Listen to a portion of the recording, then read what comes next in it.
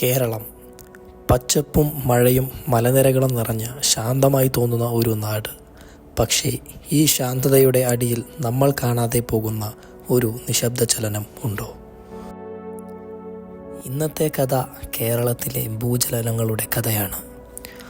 ഒരു ഭൂചലനം എന്ന് പറഞ്ഞാൽ നമ്മൾ ആദ്യം ഓർക്കുന്നത് ഹിമാലയം, നേപ്പാൾ, ജപ്പാൻ പോലുള്ള പ്രദേശങ്ങളെയാണ്. പക്ഷേ കേരളത്തിലും ഭൂചലനങ്ങൾ ഉണ്ടാകുമോ? ഉത്തരം ഉണ്ട്, പക്ഷേ വളരെ അപൂർവമായി. കേരളം സ്ഥിതി ചെയ്യുന്നത് ഇന്ത്യയിലെ സീസ്മിക് സോൺ 3 എന്ന പ്രദേശത്തിലാണ്. അത് അർത്ഥമാക്കുന്നത് വലിയ നാശകരമായ ഭൂചലനങ്ങൾ ഇവിടെ വളരെ വിരളമായാണ് ഉണ്ടാകുന്നത്.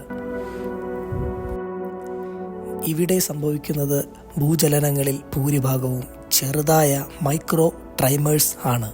യന്ത്രങ്ങൾക്ക് മാത്രമേ പിടികൂടാനാവുന്ന നമ്മൾ അറിയാത്ത ചെറു ചലനങ്ങൾ മാത്രം. ശാസ്ത്രീയ രേഖകൾ പറയുന്നത് 1950 മുതൽ ഇതുവരെ കേരളത്തിൽ ഏകദേശം 50 മുതൽ 60 വരെ ഭൂചലനങ്ങൾ രേഖപ്പെടുത്തിയിട്ടുണ്ട്.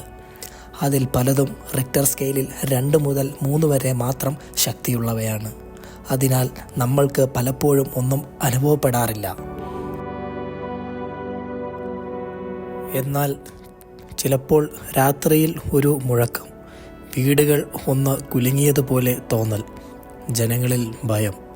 പലപ്പോഴും ഇത് ഭൂചലനം അല്ലായിരിക്കും, മലയിടിച്ചിലുകളും ഭൂഗർഭ ചലനങ്ങളും അല്ലെങ്കിൽ പാറകൾ ഇടിഞ്ഞു വീഴുന്ന ശബ്ദങ്ങളുമാണ്.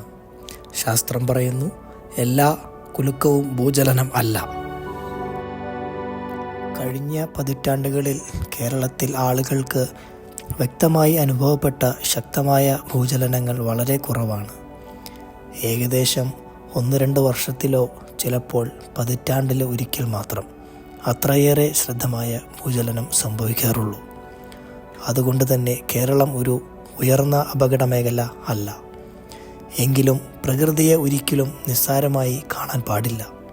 ചെറുതായ ഭൂചലനങ്ങൾ പോലും നമ്മൾക്ക് സൂചനകൾ നൽകുന്നവയാണ്. ജാഗ്രത, ശാസ്ത്രീയ പഠനം, അവബോധം ഇവയാണ് നമ്മൾക്ക് വേണ്ടത്. ഇന്ന് ഭൂമി ശാന്തമാണ്, പക്ഷേ ആ ശാന്തതയെ നമ്മൾ ബഹുമാനിക്കണം.